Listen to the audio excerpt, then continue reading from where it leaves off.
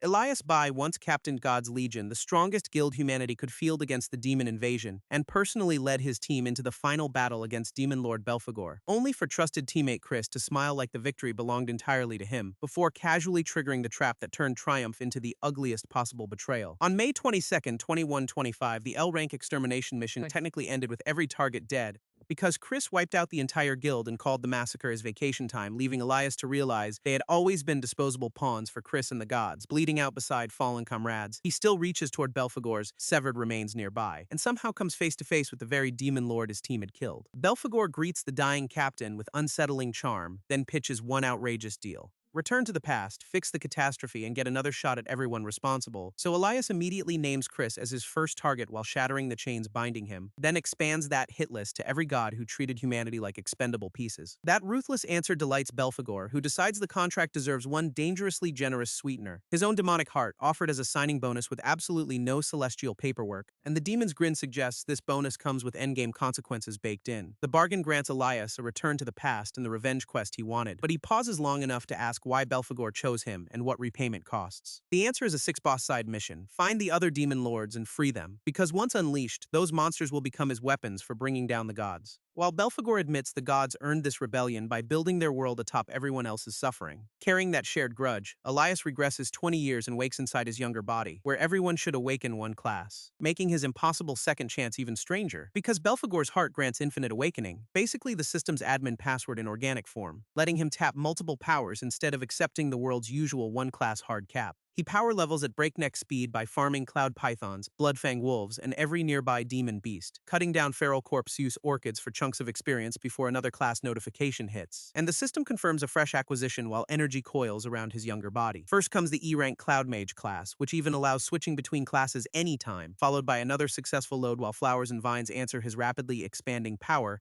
unlocking the E-rank Flower Summoner class without replacing anything he already owns at all. Before the interface can breathe, a Stellar Mage class also joins the collection, leaving him staring at a wildly illegal build no normal Awakener could possibly run, especially when Elemental Control immediately maxes out and Golden Lightning floods his entire frame, proving he can awaken different class tiers consecutively instead of obeying progression rules. The revenge route is finally open, but Elias refuses to sprint past older regrets, starting with the mother he once watched die while desperately begging her to wake, then remembering his friend Louis, whose lung cancer claimed him before surgery could help, and Vesper, the master who never returned despite someone telling Elias to go home. One by one, family, friends, mentors, and teammates vanished, losses he now has 20 years to challenge. And this time, he swears none of those endings will be allowed to repeat. That promise starts brutally. He freezes an abusive man and prepares a permanent correction, using the evolved skill Oblivion and Judgment of the two to personally neutralize the scum, as the target screams while every awakened power gets ripped clean from his build. Elias informs Lucan that his abilities are gone, permanently demoting him from Awakener to Civilian,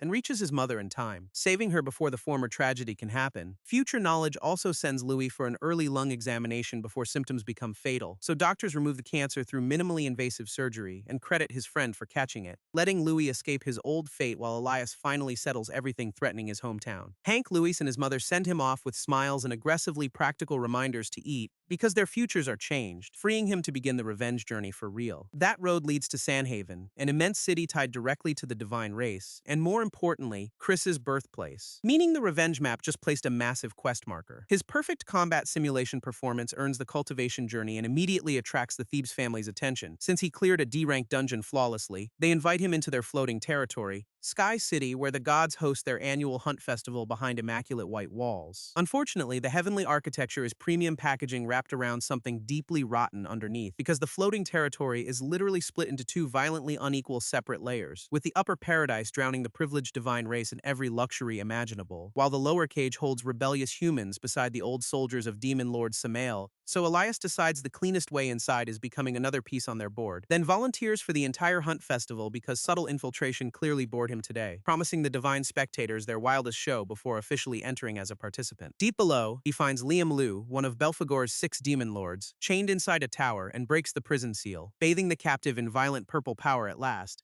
While Liam can barely believe it worked, Elias has fulfilled his pact with Belphegor, releasing the furious SSS-ranked Demon Lord fully into his massive Stormwreath dragon form, and together they burst through Sky City's defenses while stunned guards scramble below. Golden lightning and demonic force violently hammer every barrier the divine race once trusted, until the supposedly untouchable city is utterly wrecked around its gleaming central tower. The monument meant to display Sky City's majesty begins cracking open from its crown, and the divine race's glory gets buried under one spectacularly expensive pile of rubble. As the Sky Tower collapses, Liam breaks free, and the ruling gods plunge into chaos. The Demon Lord thanks Elias for returning color to the sky and promises lifelong loyalty, vowing they will tear down every final piece of the gods' rule together one day, before separating until the next call while the Hunt Festival approaches its conclusion. For Elias, however, that demolition was only the prologue. His real hunt starts now. Back at the festival grounds, a fresh system display startles the remaining competitors as the final leaderboard materializes and forces everyone to confront the surviving scores, putting Elias first with 1,750 points, Gannicus second, Alexander Yin third, and Orion Ang fourth. Confirming the supposedly chaotic tournament still produced a winner despite every unexpected twist, and the official calls Elias's first place well-earned before presenting the prize, while he studies the reward with the wary expression of someone recognizing a future problem, then opens the golden chest as the attendant confirms everything inside belongs to him. The jackpot contains Rivuus, a powerful S-rank weapon, plus the S-rank Oracle Ring, and he lifts the ornate golden weapon while its energy coils around both hands, testing its balance before realizing exactly what legendary treasure the tournament just handed him. His reaction makes it clear the weapon matters far beyond its impressive rank alone, while injured competitors receive healing and watch the champion walk away with the prize. One woman calls an S-rank weapon a national treasure. Another wonders whether its edge is even sharpened, but Alexander Yin only watches Elias with two attendants in a rapidly darkening mood, convinced the points, victory, and reward were all supposed to belong to him. He remembers standing one hit away from finishing the dungeon boss during the festival until his own team called for the final attack and opened the perfect moment, only for Elias to swoop in at the last second and claim the kill, securing the divine race's spotlight and the S-rank reward with one ruthless steal. Alexander fumes that the newcomer snatched everything directly from his hands without warning, while the oblivious winner keeps examining the weapon, still caught on its hidden significance, until a sudden disturbance nearby pulls his attention away from the golden blade, where someone gets slammed down with a curse, announcing that the celebration just found trouble, revealing the abusive handler beating Gannicus, and calling the wounded runner-up a worthless failure, because a gold B-rank divine class somehow lost first place to an unknown outsider, and the handler insists anything below victory deserves another punch instead of basic human support, telling Gannicus he should simply die inside the dungeon if he cannot win. The furious handler rages that 100 million vanish down the drain with that defeat until the white-coated son of God orders him to stop making the family look uncivilized,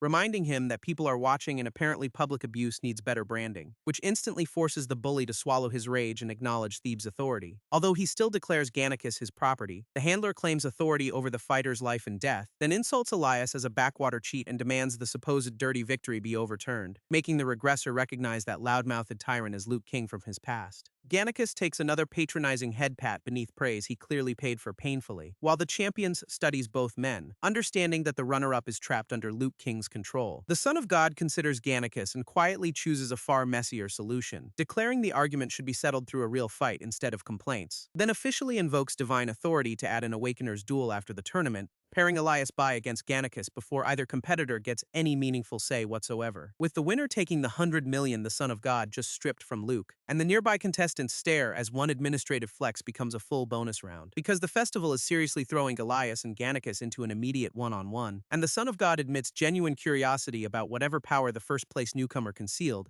wondering how much Elias has carefully kept hidden beneath that unremarkable festival profile, then inviting him to prove it, turning the extra duel into a deliberate test. Elias accepts while silently wondering whether this official knows anything about today's larger catastrophe, as Luke privately mocks Thebes for recognizing the setup much faster than expected, then gives Gannicus one final chance to recover every coin lost for him today, threatening a personal visit to the fighter's hometown if he fails again this time. And the promise makes Gannicus realize exactly who Luke intends to punish there. With that threat hanging over him, Thebes moves the proceedings forward without hesitation, asking whether either Awakener objects to fighting under his newly declared authority at all. And Gannicus immediately accepts because refusing offers no protection from the handler standing behind him, while Elias knows rejecting a Son of God's order would insult the entire divine pantheon, so he also agrees, saving open rebellion for a better time and place. The ruined ground rises into a floating combat platform, rebuilding their arena from debris, where death, surrender, or getting knocked outside the boundary means losing the single round. Thebes watches with a knowing smile, clearly expecting something more valuable than clean entertainment, as the surrounding competitors finally grasp that this duel is happening immediately at last, and Orion Ang silently focuses on Elias while the audience closes around them. Before stepping aside, Thebes admits nearly everything in Sky City went wrong today, and suspects one competitor has buried their true strength for years while scheming inside the crowd, adding that entering this tournament was probably no coincidence and asking Elias for his read. But the regressor answers with a harmless shrug, claiming he has no idea. He says strengthening himself is his only priority, giving Thebes nothing useful to grab, and the official accepts that answer with the relaxed patience of someone unconvinced. After wishing both fighters luck, Thebes finally leaves the platform to them alone, though Elias realizes those suspicions are already connecting the entire disaster back to him, meaning the quiet low-level act has officially reached its expiration date right now. So both Awakeners release their power, golden energy facing Gannicus's razor-blue aura head-on, and the bruised fighter hardens his stare, determined to survive whatever comes next for once, while Elias remembers meeting the same man on another battlefield in his previous life. Back then, Gannicus stabbed a divine race member, fled to his homeland Manga, and became wanted, prompting God's Legion to hunt him down alive unless resistance forced their judgment to change. Elias arrived first and found the fugitive calmly waiting outside a quiet rural house, where Gannicus noted that the captain had reached Manga faster than expected that day. A tracker inside every god's blessed heart made hiding impossible anywhere in the world, because the divine race had never let one marked servant escape its grip before. Knowing death was inevitable, Gannicus decided his only remaining choice was the location, and chose to make his final stand on his own soils instead of running again, forcing the older Elias to draw his sword while power gathered around them. As the hunted fighter unleashed a snapping insect swarm and ordered it to tear forward, while islanders casually crushed smaller creatures and jeer at anyone too weak to matter, until a messenger reports Elias's arrival to Luke, who calmly acknowledges the pursuit, then asks for wagers on which fighter will die, treating bloodshed like beachside entertainment. On Manga's scorched ground, the swordsman and fugitive finally face each other across drawn blades, with former Elias serving the gods through God's Legion and believing he held the righteous side, while Gannicus stood opposite as the criminal those same masters ordered him to hunt. Only now does Elias finally understand what their confrontation truly represented back then, because both men were merely insects the divine race could crush whenever convenient to them. The memory merges into the present as Gannicus forms a complete suit of crystalline armor, and Elias raises Rivuus, recognizing they have returned to another stage built by divine hands. While two matching attendants grin as the spectacle finally becomes interesting enough for them, while Thebes snaps Gannicus out of the memory and calls him back to the duel, Luke immediately orders his fighter to bury the country boy under that ice right now, and reminds him exactly where he came from, sharpening the threat behind every command, because everyone Gannicus loves still lives together in that small Manga town back home, which even Sky City's collapse cannot protect if Luke decides to retaliate later. The fighters collide, golden Rivuus striking against jagged blue armor in a violent lock. As Elias concludes, the gods will always view people beneath them the same way, like bugs they can crush without wasting even 1 second thought of regret, and the collision blasts outward, forcing spectators to shield themselves from the shockwave, sending Gannicus forward behind a crystal blade while Elias meets him without yielding ground. And the armored fighter whips, chained ice around the arena, trying to trap his opponent, but the regressor slips inside and hammers Rivuus against the crystal shell at close range, following with a brutal body blow that drives Gannicus backward across the platform, though blue chains catch the golden weapon and lock both fighters into another contest, allowing the crystal warrior to twist, pull, and launch a sharpened counterattack immediately, while Elias answers from range with green bolts threading between flying ice shards, then plants his weapon and calls down a blazing green strike over Gannicus, because ordinary resistance is nowhere near enough for the fear he intends to create, and his real plan coils around the arena in widening rings of golden force, leaving Gannicus braced behind his armor as the pressure reaches critical mass, before the whole platform erupts, showing the divine race something genuinely terrifying.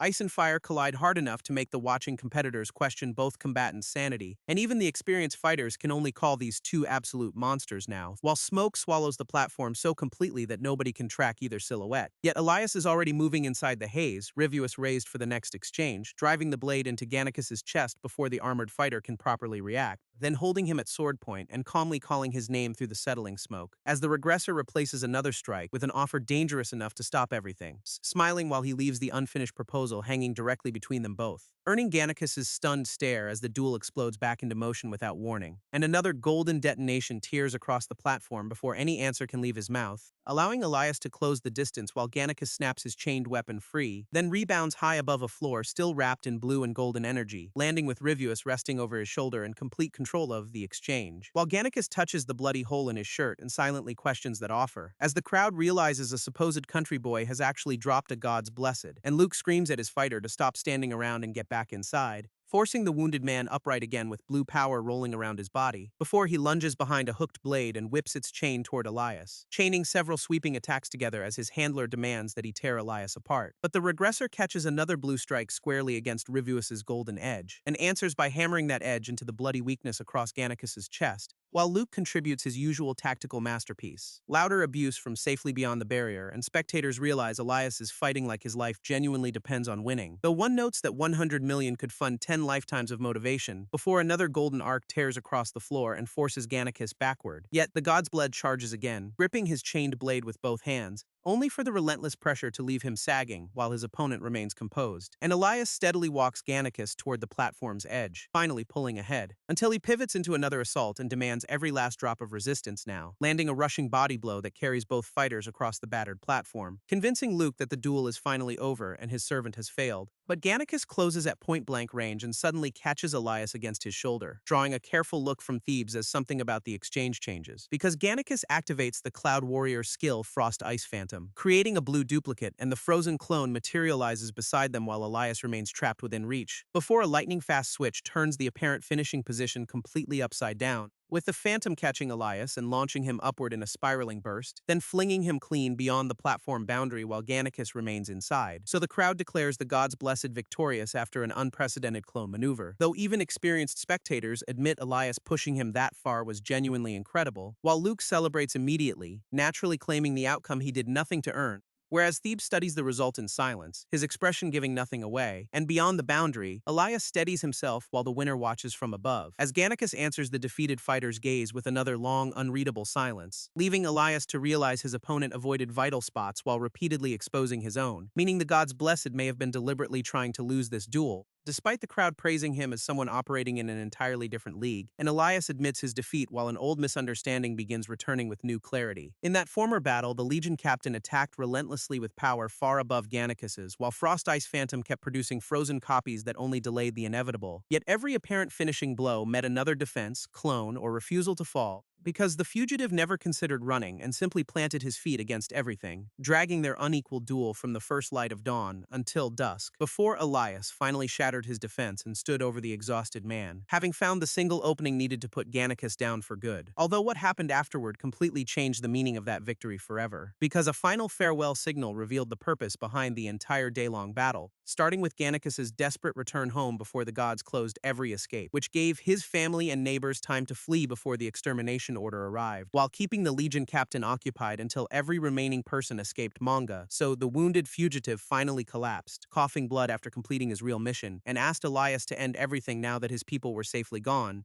making clear that every action, from beginning to end, had served those he loved, as Gannicus lay beneath the sword, exhausted and prepared to accept his death. But the captain lowered his blade and admitted the supposed criminal had truly won, then reported that Gannicus had been handled before quietly walking away alone, leaving the fugitive alive on the battlefield despite the divine race's kill order, with his awakened power removed and the tracking device inside his heart completely destroyed. Gannicus could only ask why the captain had risked letting him survive, while his wanted file revealed an ailing mother, younger sister, and accidental attack on Luke. But because the fugitive resisted, Elias had authority to choose his final punishment, and saw someone who had reached his mother in time, unlike himself, so he ordered Gannicus to live, find his family, and disappear beyond divine reach, before the memory returns to the present, and Elias again tells him to keep living, proposing they build a world where neither family nor fugitive ever needs to run again. Later, surviving competitors gather after the festival while workers secure the devastated grounds, and an official assures everyone that the divine race has the entire situation controlled, directing them toward the open Thebes family buffet to eat and recover, where tables overflow with polished dishes apparently untouched by the surrounding apocalypse, and one delighted guest plans to demolish 20 or 30 government-grade delicacies himself, while another competitor marvels that the restaurant survived Sky City's chaos without one blemish, leaving exhausted awakeners to eat beneath chandeliers as if the disaster happened elsewhere. Although Luke occupies one table with the same smug appetite he brings everywhere, while the wounded Gannicus stands obediently behind him instead of joining the meal, until his handler offers a slice of cake and calls the scrap a tip, praising him for recovering the 100 million while Gannicus says he only did his duty, then deliberately letting the cake fall and splatter across the immaculate floor between them, before ordering his servant to think carefully about whatever he supposedly did wrong. Gannicus stays silent beneath the familiar shadow of punishment, already expecting what follows, as Luke grabs his hair and drags the wounded fighter down beside him, accusing him of defying orders and deliberately destroying their communications equipment during the duel, before slamming his face into the fallen cake hard enough to crack the floor, then pinning him there and declaring this humiliation his only remaining warning, while threatening Gannicus's younger sister if another act of disobedience ever happens, leaving the gods blessed motionless in the mess, rage trapped behind one wide eye, as Elias reaches the banquet and silently witnesses exactly how Luke treats him, sharpening the Regressor's stare before another familiar figure steps into his path, because Alexander approaches with wine and congratulates Elias on taking first place, claiming the result genuinely surprised him while offering some suspiciously polished praise, though the winner watches him carefully, remembering a history the other man cannot know, and calls him vice captain while mentioning the lethal danger of Black Mist Forest, revealing that Alexander once watched him enter without understanding what waited inside, while reminding him that Orion has been his classmate and field teammate for years, then asking him to stop her if she ever walks toward obvious danger again, before taking a quiet drink and leaving the former vice captain to process everything, until Alexander agrees that protecting one another is simply what teammates should do, only for Luke to approach, delighted by the festival's many terrifying competitors, and announce that his excellent mood deserves personally selecting a new god's blessed. The declaration freezes the banquet, instantly turning every nearby head toward Luke and Elias, while competitors struggle to believe someone might receive the world's most coveted title here, because humanity's hierarchy begins with 5 gods standing above every other living person, and directly beneath those untouchable rulers sits their privileged bloodline, the divine race, a first-tier nobility containing roughly 100 direct descendants across the entire world, followed by God's Blessed in the second tier, humanity's highest realistically attainable position, a status so rare that countless awakeners would fight savagely for either available path, with the first requiring overwhelming service until God's Legion itself grants the title, while the second means impressing a divine member who offers their single blessed medal, binding the selected awakener as that noble's lifelong personal guard from then onward. So the watching crowd assumes Luke has personally chosen Elias for that honor, and Alexander fumes that the festival winner is somehow receiving another impossible reward. Although ordinary people consider guarding the divine race humanity's ultimate possible achievement, Elias knows serving a depraved master can turn that shining promotion into permanent captivity, with the bleeding, bowed Gannicus providing a brutally complete demonstration of the fine print, before Luke's attendants remind him that every divine member gets only one god's blessed. But he angrily tells them to think before interrupting his grand announcement, explaining that his younger sister still needs a personal choice and he is helping, while Thebes watches the confrontation from nearby with another carefully neutral expression, until Elias faces Luke directly and says he genuinely cannot stand him. He especially despises the noble's contemptuous stare and openly wants to break that expression, but Luke regains his composure and declares how the selection will proceed, pointing past Elias and announcing that he has chosen a woman instead, with his extended finger landing directly on the startled fourth-place competitor Orion Ang, as Luke repeats that she will become his younger sister's god's blessed, leaving the fourth-place competitor frozen beneath an opportunity she never requested herself, while nearby contestants struggle to understand why Orion was chosen instead of Elias, until they remember the unnamed master is female and decide the pairing seems logical. But a quiet refusal comes from the banquet worker standing behind Luke, as his frightened younger sister approaches and tries to address her brother, revealing herself as Alice King before saying she neither wants nor needs Orion, only for Luke to silence his sister with an immediate slap across her face, shocking every competitor nearby as Alice staggers away holding her bruised cheek, while her brother coldly asks whether she would like to repeat that refusal, then demands one simple answer about whether she needs a god's blessed, forcing the trembling woman to abandon her objection and say that she does, before Luke grabs her head and holds her still beneath his approving hand, calling her a good girl and insisting adults should never walk without guards, as nearby nobles interpret Orion as companionship, proving Elias's judgment painfully accurate, and openly admire the selected woman's appearance while lamenting their own choices are locked. Orion politely thanks Luke for the thought before refusing to accept his appointment, explaining that she remains a student and wants to earn entry into God's guild, then become a god's blessed through merit someday, not because someone casually selected her, while a nearby competitor recalls that the ambitious student already attends their school, and her surprised companion tries to interrupt before the refusal escalates further, but Luke insists Orion fundamentally misunderstands divine law and never received a choice, declaring that divine territory makes his words absolute commands for ordinary people, as armed guards march into the banquet hall and surround the resistant competitor, leaving Orion startled when several spears level around her from every direction, while Luke repeats that his decision alone has made her Alice's god's blessed, and orders the selected woman to kneel, thank him, and do nothing else, as Elias watches from beyond the gathering crowd, his expression disappearing into shadow, while Orion tries to continue her objection despite the weapons closing around her, until Alexander pressures his longtime teammate to accept the supposedly greatest honor with gratitude, leaning close and warning that her resistant attitude makes her look terrible, while Elias silently measures how quickly his former vice-captain abandoned that promise, and two attendants mock resistance while treating inherited authority like an argument won. As the bruised Alice watches from behind a guard, unable to oppose her brother, while Thebes calmly observes over his wine without intervening in the confrontation, and armed retainers tighten their circle around Orion as Elias stands directly opposite them. Only then do the competitors fully understand that objections carry no weight here, because before the divine race, even powerful awakeners are treated as absolutely nothing. While Luke casually spears another bite of food and approaches his chosen target, placing himself directly before Orion as the armed retainers secure every exit, then tells her to relax, obey, and serve as a good guard for Alice, promising to treat Orion like family while reaching toward her with deliberate familiarity, until green energy erupts across the hall and Elias activates Blink without warning, flashing past Luke faster than anyone can follow and finally entering the confrontation, because the divine race may have written every rule supporting their authority, but Elias decides those rules exist specifically for him to tear apart, and grabs Luke by the head before driving him violently into the floor, then hurls the noble overhead, scattering blood and sending his body across the hall, leaving contestants, retainers, Orion, and Alexander all staring in complete disbelief together, while the regressor surges forward again behind a blazing green combat aura, smashing the fallen divine member down before he can regain any balance, then closing over Luke with golden eyes and enough pressure to freeze the room, before planting another vicious blow directly across the noble's stunned face again, as Gannicus watches the assault and realizes Elias has crossed every permitted line, until the regressor turns toward his former opponent and calmly asks for help, finally completing the earlier offer: join him right now and kill Luke King.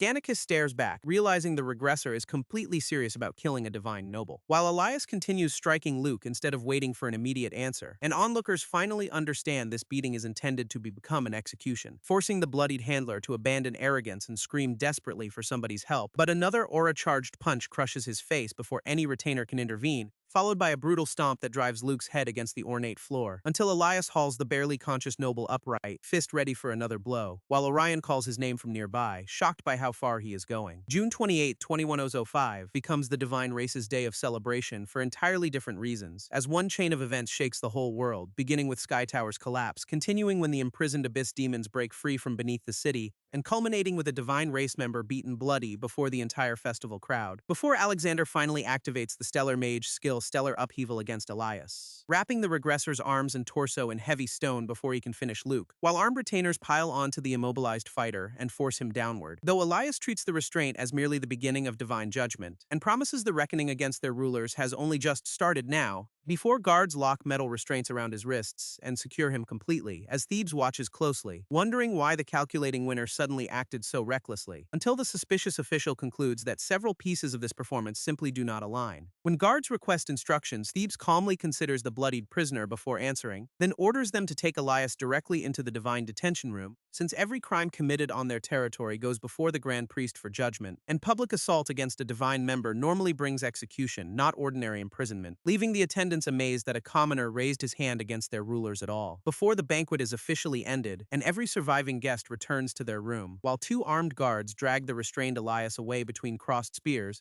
and others call urgently for a healer to stabilize the battered Luke, as Alexander watches, believing the winner held every advantage before burning them personally, and concludes that every possible future door has now slammed permanently shut, while Orion follows the prisoner and asks what he could possibly do next, only to notice Elias quietly shaping a familiar signal with his chained hands, the same gesture meaning everything is fine and she should stop worrying, leaving Orion to wonder what hidden message he is actually trying to send, before a retainer shoves Elias onward while she asks whether he feels any fear. Then at 7 that evening, medical supplies fill a room in the divine quarters, where the wounded Luke responds to treatment by violently slapping his attending nurse, knocking her down and screaming insults because careful healing apparently offended him, while he rises with bandages across his nose in fury replacing every bruise, then demands that Gannicus tell him exactly which cell holds the prisoner. Luke cannot accept that anyone has dared humiliate him so publicly in his entire life, while Elias spends the night seated behind bars inside the Awakener detention block, where guards discuss transferring him to Holy Land Prison when morning arrives, noting the facility matches that prison standards despite remaining unused for 10 years,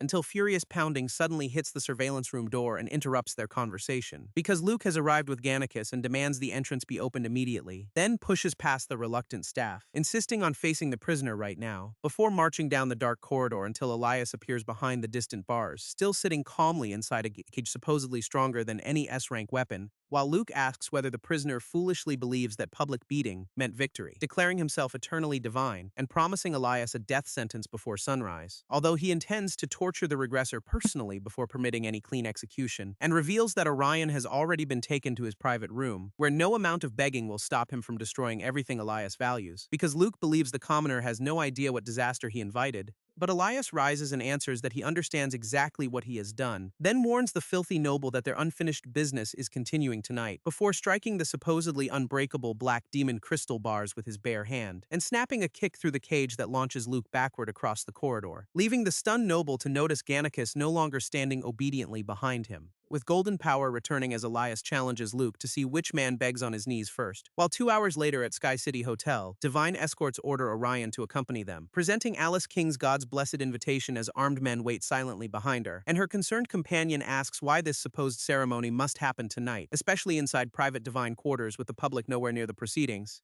But the escorts cite direct orders and warn against making the situation harder, so Orion accepts the summons. Knowing refusal inside Sky City offers little safety, while her companion admits running now would only send everything further out of control, then reassures her that they will somehow talk their way through this mess. The unwanted ceremony leads into the east wing of the Thebes Estate's divine quarters, where 2 guards direct Orion through the entrance and straight toward the waiting host, who greets her arrival with the satisfaction of someone finally receiving ordered delivery. But Orion immediately asks where Alice is instead of playing along with his welcome, prompting Luke to explain that an older brother first judges any prospective God's blessed, measuring whether that person deserves the title and can serve the divine race properly, because one servant's promotion supposedly carries their entire family upward alongside them. Yet Orion cuts through the sales pitch and declares she will not accept the position, making Luke openly question the intelligence he previously believed she possessed after all, before asking whether she truly intends to defy the entire divine race, since everyone who ever attempted that choice, according to him, ended up dead. Orion answers the threat with silence, refusing to give Luke the fear he expects, then calmly announces her departure and starts walking toward the door without permission, so Luke smashes his own wine glass against his head, producing blood for his next performance, and grins through the wound because the invitation's hidden fine print has finally arrived, namely framing Orion for attempting to assassinate a divine member before fleeing the scene, leaving her stunned by how effortlessly he manufactures a capital crime from nothing, while Luke orders his waiting men to stop the supposed attacker immediately, and a shadowed fighter surges forward behind Orion with power already blazing, launching an open-handed strike before she can safely reach the nearby doorway. But Orion turns, intercepts his arm, and drives her own counterattack into him, forcing the fighter to answer with a powerful hook aimed directly at her head,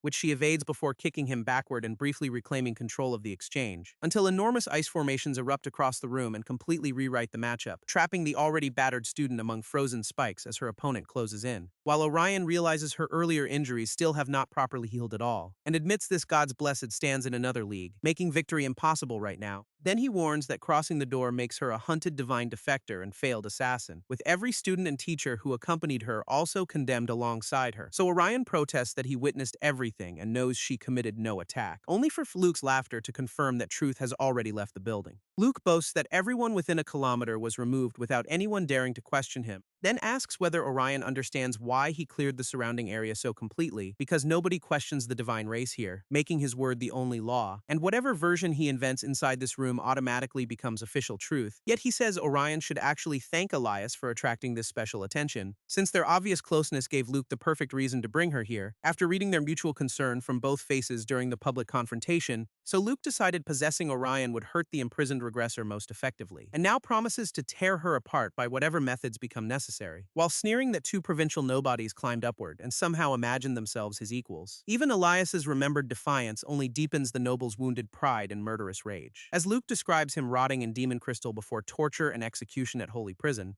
Then the unnamed God's blessed advances toward Orion despite her desperate warning, summoning a bright golden energy weapon into his clenched hand along the way, while she declares death preferable to allowing either man to touch her. But the guard keeps approaching as trapped Orion orders him to stay back, and Luke promises to break her before forcing her to witness Elias's execution, when a sudden stellar upheaval erupts, smashing through the room in a purple blast, hurling the startled noble through the structure while shattered stone rains across his private chamber, leaving his God's blessed staring toward the smoking breach and its unexpected attacker. Orion looks toward the destruction, barely believing someone reached her through Luke's isolation plan, and exhausted relief finally breaks through as tears spill down her bruised face, while a glowing weapon smashes apart the ice that had locked her in place, before a familiar figure strides through the broken wall wrapped in raging purple energy, revealing Elias himself, now standing far outside the supposedly inescapable detention block. As battered Luke coughs blood and insists that escaping Black Demon Crystal is impossible, then demands to know how the prisoner possibly reached his private quarters. But Elias addresses him by name and promises that answer will die with him.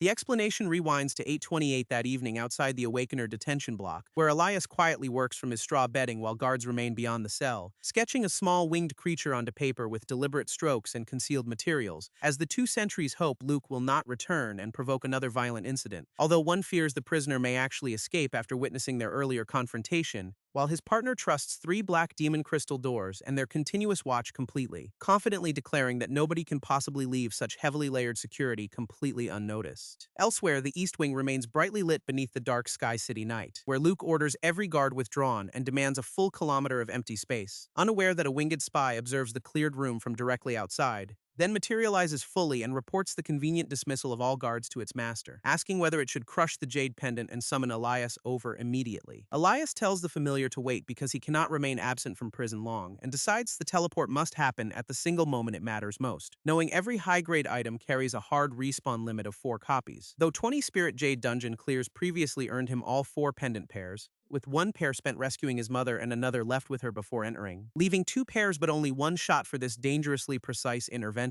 So Elias snaps his pendant and commits to ending the crisis quickly and humanely, instantly appearing beside Orion, catching her securely, and declaring the area clear, while she stares up at the impossible rescuer and struggles to form words, and the remaining fighter asks how a locked prisoner materialized inside Luke's private room. But Elias answers plainly that he came here tonight to kill someone, making bloodied Luke ask whether this impossible declaration is somehow meant as a joke, before ordering Gannicus to eliminate the intruder immediately and finish their business, then threatening every member of his family when the silent fighter hesitates, forcing Gannicus to summon his complete crystalline armor as Luke cheers from behind, convinced his abused champion already defeated Elias once and cannot possibly lose now. While purple power coils around the regressor as he accepts the approaching rematch, then asks Gannicus whether he remembers the promise made inside the arena, and meets his armored opponent's gaze with absolute confidence instead of hostility, inviting him to attack at full strength and knock Elias completely off his feet. Luke panics over their private agreement and demands to know what they secretly arranged, while Elias confirms he remembers, then unleashes Stellar Upheaval Fist beneath his armored opponent, launching Gannicus violently upward as blue crystal fragments explode around the carefully aimed strike, and sending the already battered noble into fresh panic as impact closes in, before Luke screams that his controlled fighter has betrayed him and charges forward, threatening to burn Gannicus's entire village and every resident once he escapes,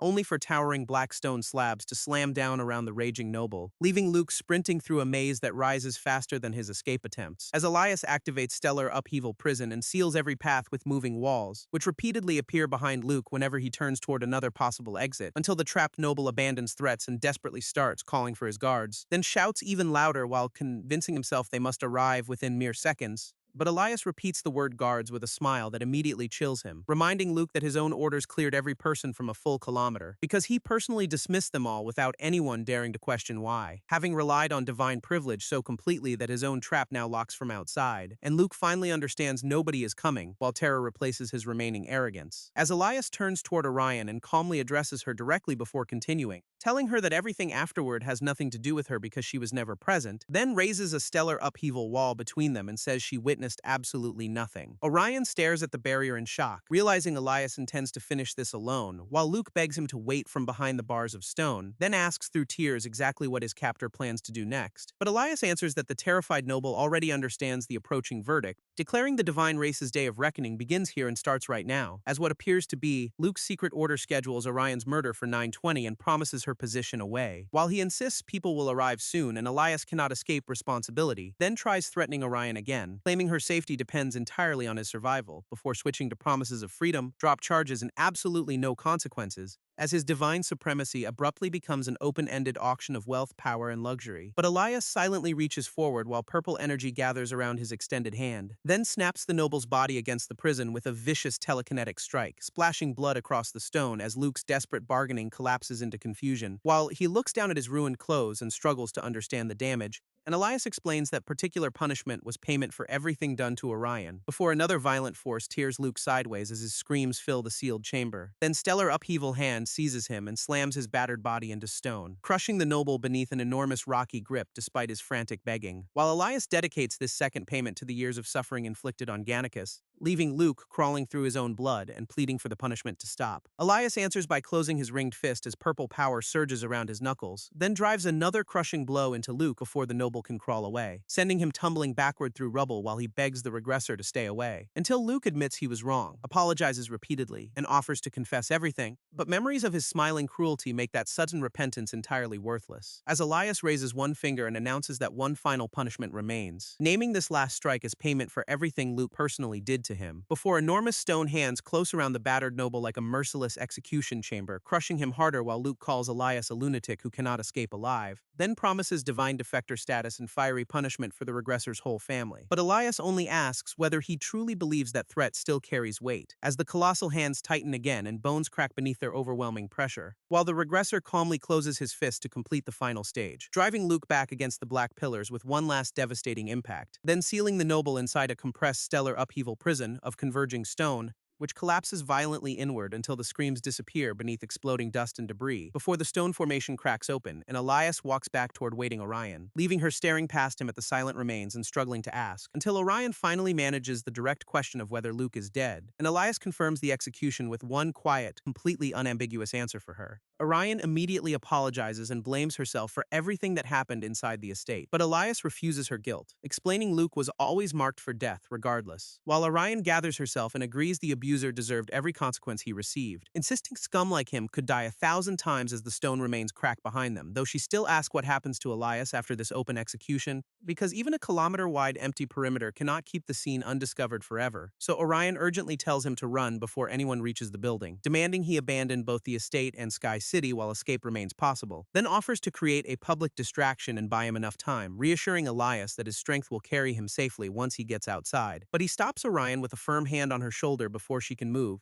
calmly promises he will be fine, and rejects her attempt to sacrifice herself, because someone else is already approaching the estate to accept responsibility for everything, leaving Orion startled by a plan apparently prepared long before Luke's death, while Elias says their designated arrival should reach the scene very soon, and reflects that teammates normally fight relentlessly to protect everyone beside them, since disaster makes those allies the only people trusted completely with another life. But one supposed teammate repeatedly stood aside and watched his partner enter danger alone, especially during the critical moments when genuine support would have mattered most, instead smiling and pushing the argument deeper while Orion was pressured toward Luke's trap. Elias considers that repeated abandonment an ugly pattern rather than one unfortunate mistake, especially after his former life taught him exactly how deeply betrayal can cut, and declares nothing disgusts him more than a traitor, particularly one who makes betrayal habitual, allowing Orion to realize the approaching scapegoat was chosen for a very specific reason, because Elias forged a letter in the divine race's name and secretly delivered it, promising Orion's God's blessed position to anyone who entered tonight and killed her, so the person accepting that offer would arrive at precisely the prepared moment, and green-haired Alexander approaches the estate smiling, believing his coveted promotion waits inside, making Orion understand every moving piece was arranged before Elias ever attacked Luke, while the regressor's expression confirms the trap has closed exactly as intended. Although he must now return to detention before anyone checks the supposedly sealed cell, telling Orion to repeat that she remembers nothing and avoid losing sleep over him, then promises their paths will cross again soon enough despite tonight's dangerous separation, before teleporting away in purple light and leaving her alone inside the shattered room. At 9:20 that evening, the Awakener detention block remains quiet under surveillance, as Elias reappears inside his cell surrounded by the fading teleportation glow, then summons his winged spy Green, who confirms the guards never noticed his absence, allowing the regressor to review an operation executed with almost surgical precision, beginning with provoking Luke publicly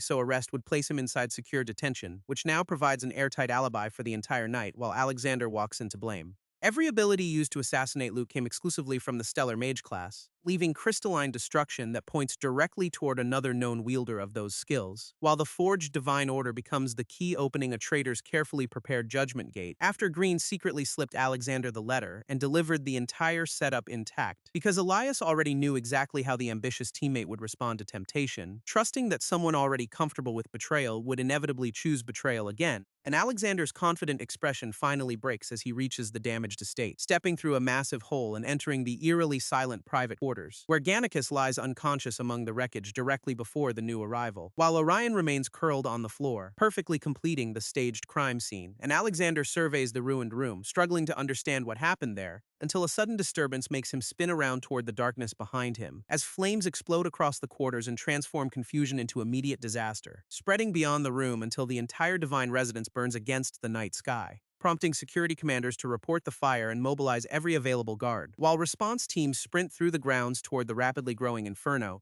and Green earns the night's unofficial MVP title as the tiny arsonist keeps the flames climbing, leaving Alexander standing inside the burning evidence before he can escape the scene, when armed security storms through the entrance and orders everyone to remain still, announcing Luke's assassination as the divine race's supposedly untouchable pride collapses into dust. Security immediately surrounds Alexander and orders every person on the premises detained, while investigators identify the transformed terrain as unmistakable evidence of stellar mage abilities, leading their commander to declare that a stellar mage assassinated the divine noble, as the terrified suspect denies everything while guards seize him from both sides, and Elias quietly recognizes this completed revenge as only the opening move. Back inside detention, the heavy cell door rumbles open for an unexpected visitor, whom the guards respectfully admit after confirming their prisoner still waits inside, while Elias remains calmly seated behind bars as the official approaches alone, and the visitor addresses him by name with intentions still carefully concealed, before proposing that the two of them make a small private deal. The next day, reports described June 28th as a celebration that shook the entire world, beginning with Sky City's collapse and the escape of an abyssal dragon.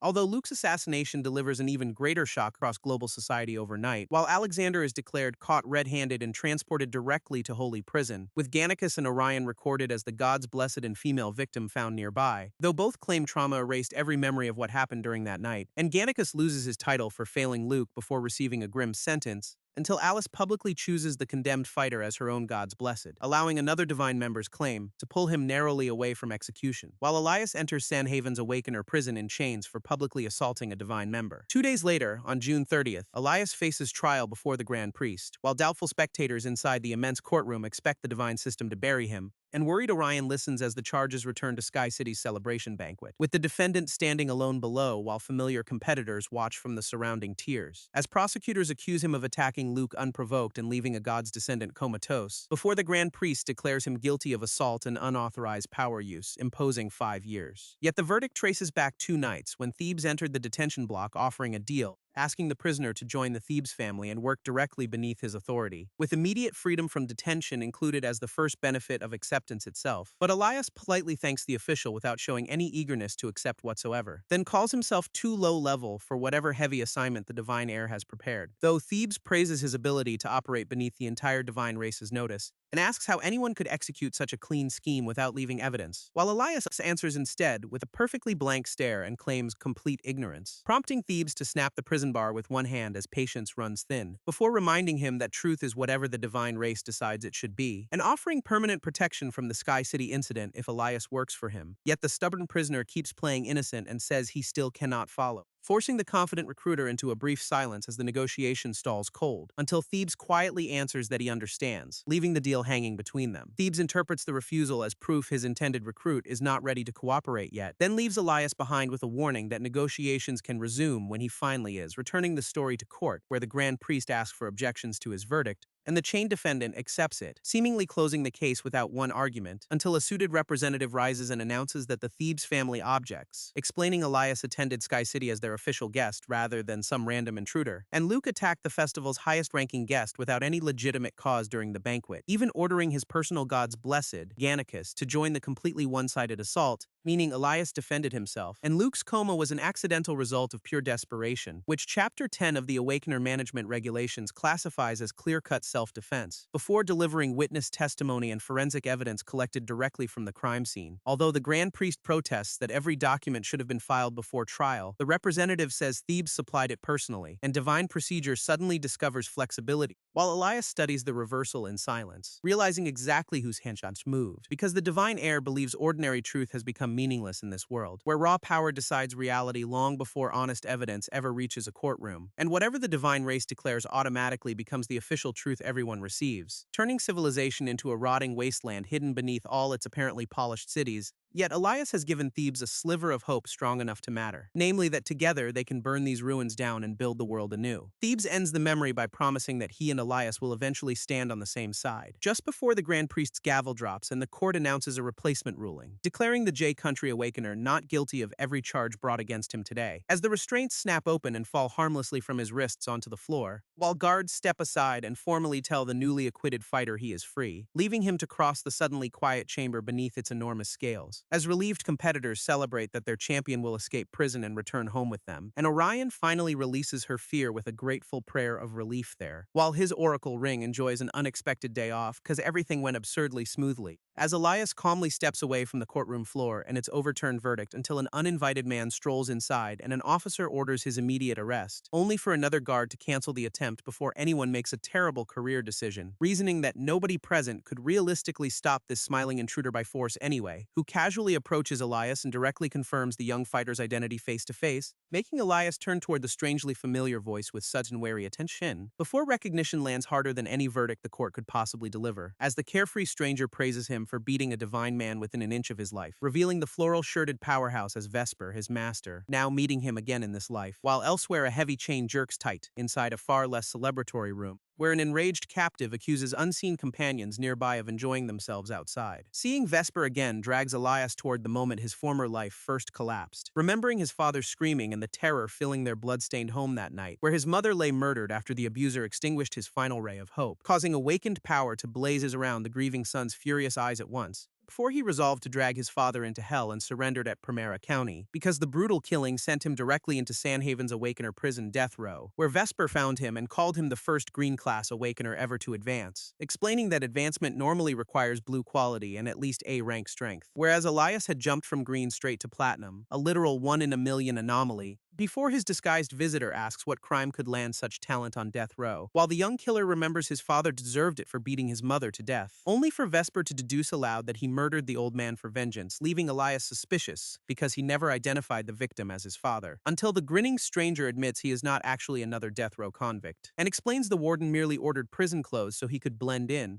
introducing himself as Vesper, chief of the Sanhaven Gods Guild's 6th Division, who offers Elias a squad position and simply orders him to follow, extending the hand that broke his future disciple out of that cage, then presenting Elias to the 6th Division and demanding they protect their new recruit, while First Squad Captain Chandler Chi welcomes his junior as their master resumes collecting disciples. Elias immediately corrects Chandler, insisting he has never agreed to become the chief's disciple, but Vesper ignores technicalities and tells his captain to show the rookie around, so Chandler cheerfully grabs the protesting newcomer and drags his new junior toward training, where squads fill an enormous hall with relentless weapon drills beneath the chief's distant gaze. Although 8th Squad Captain Huxley High doubts the silent recruit belongs in the guild, because 2 months passed without one word and his stats cannot support platinum swordsman hype. While his violent record already has soldiers muttering he was never built for military life, yet Vesper explains he has only met 3 people who triggered natural advancement, and everyone carried the same history of an unimaginably tragic childhood behind them, leaving Elias incapable of trusting anyone after everything his family taught him,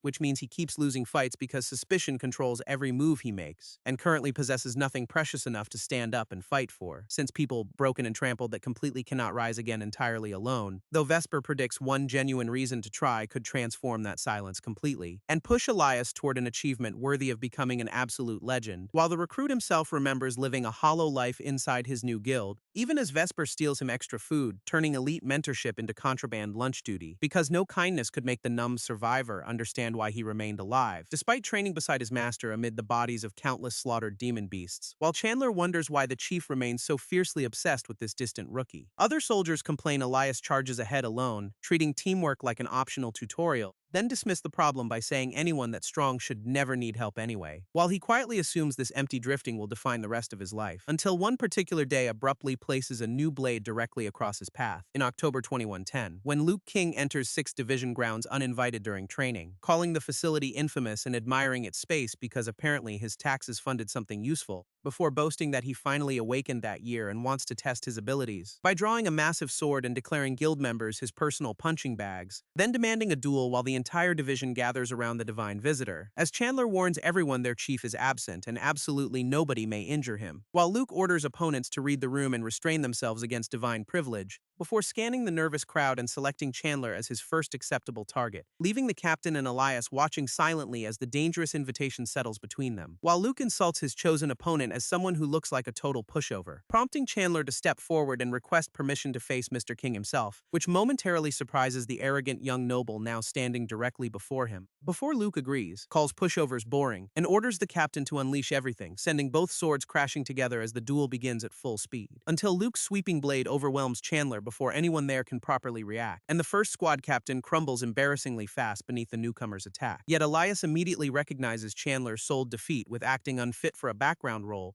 as the captain praises his opponent's level and calls himself useless to protect the illusion, encouraging Luke to summon his next challenger without noticing the performance before him, after which the divine fighter smashes another soldier aside with one brutal swing, and keeps carving through opponents who deliberately cannot risk striking him back, while Elias watches their humiliation with anger steadily replacing his former numbness, as the rest of 6th Division are picked off one by one beneath his blade, until Luke calls the entire unit weak and boasts he never broke a sweat. Even fallen soldiers flatter him as a natural-born warrior while accepting their injuries, before another vicious stab drops the next volunteer directly at his feet, making Chandler and Huxley realize the staged duels are becoming dangerously real, as Luke rips his weapon free and mocks their claim to the strongest guild, dismissing every member as deadweight barely worthy of his attention any further, then threatening to drag Thebes down personally to inspect the miserable group he bankrolls, while Chandler remains frozen between obedience and fury as the abuse continues before him, until Elias finally steps forward and catches the divine blade with his own sword, calmly declaring that he will become the arrogant newcomer's next opponent personally, because rage protecting his squad is the first real emotion he has felt since leaving prison, driving him to finish Luke in less than one round and claim victory, with the divine challenger knocked flat beneath swords while Elias stands over him. Luke lies stunned and speechless after the first genuine loss of his awakened career, while Elias declares 6th Division was never worthless after all, turning the insult back, and Chandler checks a battered squadmate who cannot believe their silent recruit defended them, as the shaken soldier admits being protected like that felt incredible for once. Meanwhile, Luke rises beneath Elias's sword and answers his defeat with cold disbelief, then grips the blade and realizes his opponent just made him the deadweight instead, igniting divine fury because public humiliation has finally reached the privileged heir, who screams Elias attacked a divine race member, revealing how the world's rules actually work, leaving the victor startled while the defeated noble immediately weaponizes birthright against him, as authorities knock his sword away before he can resist the order and surround him with multiple spears despite him only winning a fair challenge, forcing Chandler to order Elias to find Vesper immediately before the situation worsens,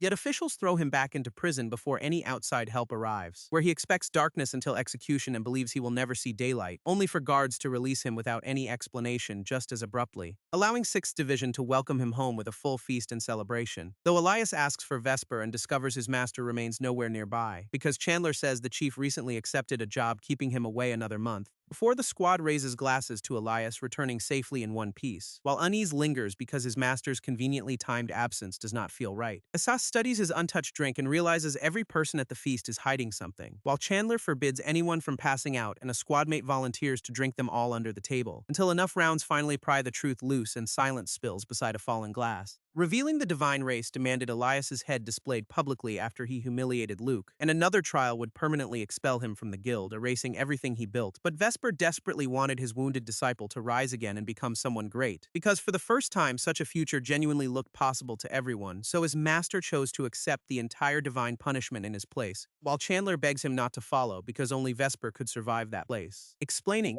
Oracle works only once per lifetime, and Vesper spent his releasing Elias from prison, then preserved his disciple again by making another dangerous bargain directly with the gods, and willingly taking Elias's place when they demanded punishment for Luke's humiliation, inside the forest of divine punishment, where monsters surround the lone entrant from all directions, because the sentence requires him to fight entirely alone through every beast ahead, before carving across one creature's armored back with his sword at speed, and scrambling upward as jagged stone peaks close around his exhausted body, until his broken hands must tear footholds directly into the unforgiving mountain face above, whose black summit slices through clouds while his master continues climbing barehanded alone, dragging his battered body higher by raw fingers as loose stone collapses beneath him, until half a month later something finally rumbles beyond his bloody descent. At the summit, Elias finally finds Vesper chained beneath a column of divine lightning, which has tortured the immobilized master continuously there for one full month, leaving him bruised and coughing when his disciple finally climbs into view above. Though Vesper still smiles and admits being impressed, Elias fought the entire way, while the exhausted disciple demands to know why his master keeps sacrificing himself, crying that Vesper has saved his life repeatedly without asking asking anything back, from spending his once-in-a-lifetime oracle to letting his own body absorb divine punishment. But the master calls himself a reckless, selfish screw-up who never stops making disasters, forcing Elias to break down and insist a worthless nobody deserved none of this, until Vesper cuts through his self-hatred with another sharp, almost affectionate rebuke, and tells him that whatever mistakes or pain may come between them, one truth remains absolute. Elias is his disciple, and that bond survives everything, making his chained master's reflection tremble inside tears covering the young warrior's eyes. Before Elias runs across the shattered summit without another second of hesitation, and embraces Vesper as chains hang from his master's lightning-scorched body beside them, anxiously asking whether the endless lightning hurt as badly as it looked from below, while the battered master laughs because his disciple has never looked this openly frantic, then welcomes him back as himself, finally alive instead of merely surviving. In the present, Vesper explains he often visits an old friend serving as prison warden, while Elias admits he expected a prison meeting, though never demanded their former bond. His only hope was a quiet wish to glimpse Vesper somewhere inside the prison, never imagining their first meeting in this life would arrive almost immediately, right here after his acquittal, when the master casually called out his name and excitedly praised the fighter who gave a divine man the beating of a lifetime, before laughing, gripping Elias's shoulder, and openly celebrating the courage behind his attack, then extending a hand with an invitation to join his 6th division once again, leaving the regressed disciple staring at an offer that could rewrite both their futures.